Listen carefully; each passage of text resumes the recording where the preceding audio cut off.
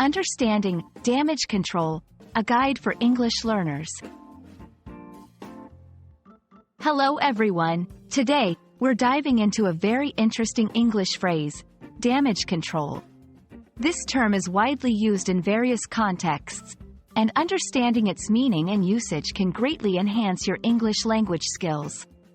Let's explore what damage control really means and how you can use it in your daily conversations.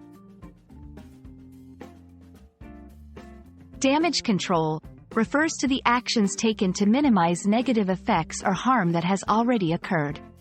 Originally used in a naval context, where it meant controlling the damage to a ship to keep it afloat, the term has now broadened to include handling problems, mistakes, or crises in any area, be it personal, professional, or public.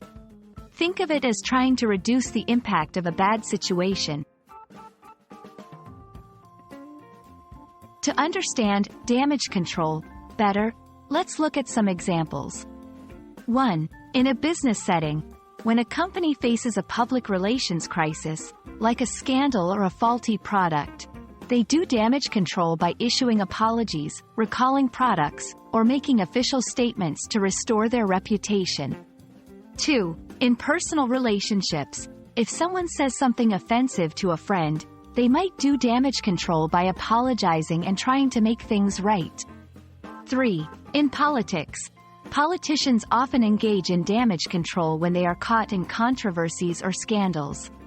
They might hold press conferences or give interviews to explain their actions and regain public trust. Now that you know what it means and how it's used, let's integrate damage control into your vocabulary. Remember, it's used in situations where there's a need to rectify or mitigate a problem. For example, the manager had to do some serious damage control after the project failed. I had to go into damage control mode after accidentally emailing the wrong report to my boss. And that's a wrap on damage control. Remember, this phrase is all about managing and minimizing the effects of a problem or mistake. We hope this video helps you understand and use damage control confidently in your conversations. Keep practicing, and you'll master the nuances of English in no time.